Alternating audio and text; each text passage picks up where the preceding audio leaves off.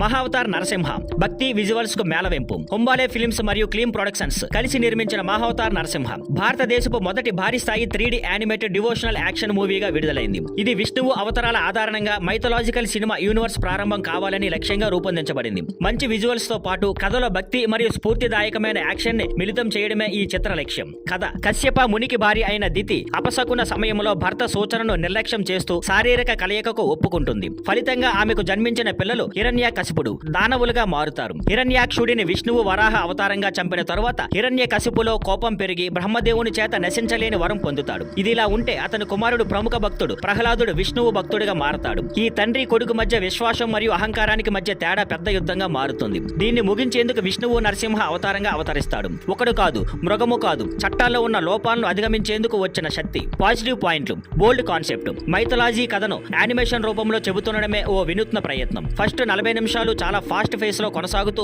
ప్రేక్షకులను కథలోకి లాగుతాయి. వరాహ అవతారం విజువల్స్ అద్భుతంగా ఉన్నాయి. ప్రహ్లాదుడి పాత్రకు సంబంధించిన భావోద్వేగ దృశ్యాలు బాగా వర్కౌట్ అయ్యాయి. నరసింహ రావడం తర్వాత సినిమా పూర్తిగా మాస్ పవర్ఫుల్ యాక్షన్ మూడ్ లోకి మారుతుంది. నరసింహ హిరణ్యకశిపుని మధ్య క్లైమాక్స్ యుద్ధం పవర్ఫుల్ గా ఉంది. విజువల్స్ కు సాంకేతికంగా బాగానే న్యాయం చేశారు. థియేటర్ లో 3D లో చూస్తే ఫీల్ మరింత బాగుంటుంది. నెగిటివ్ పాయింట్లు: మధ్యలో ఫేసింగ్ తగ్గిపోతుంది, కొన్ని సన్నివేశాలు లెంగ్తీగా అనిపిస్తాయి. భావోద్వేగ క్లైమాక్స్ ఎక్కువగా ఆసక్తికరంగా కాకుండా తక్కువ ఇంటెన్సిటీతో ముగుస్తుంది. హోలికా బోన్ గురించి వచ్చిన చిన్న లాజికల్ తప్పిదాన్ని క్లియర్ చేయలేదు. కొన్ని సన్నివేశాల్లో యానిమేషన్ సరిగ్గా రాలేదు. క్రౌడ్ షాట్స్ లో కొద్దిగా లోపాలు ఉన్నాయి. టెక్నికల్ ఆస్పెక్ట్స్ కు వస్తే ప్రొడక్షన్ వాల్యూస్ బాగున్నాయి. బడ్జెట్ ను బాగా ఉపయోగించారు. తెలుగు డబ్బింగ్ చాలా నేచురల్ గా ఉంది. అల్లరి కాకుండా మనకు ఒరిజినల్ ఫీలే వస్తుంది. శామ్సీ yes music biggest asset. Background score అద్భుతంగా పనిచేసింది. దర్శకుడు అశ్విన్ కుమార్ విజన్ స్పష్టంగా కనిపిస్తోంది. కథను గ్రాండ్ గా ప్రజెంట్ చేశారు. చివరగా వస్తే మొత్తంగా మహావతార్ నరసింహ అనేది ఒక వినూత్న ప్రయత్నం. భక్తితో కూడిన కథను 3D యానిమేషన్ తో చూపించడం అనేది భారత సినిమాల్లో అరుదైన విషయం. వరాహ మరియు నరసింహ భాగాలు ముఖ్యంగా గుర్తుండిపోయేలా ఉంటాయి. మధ్యలో కొన్ని డ్రాగ్ అయినా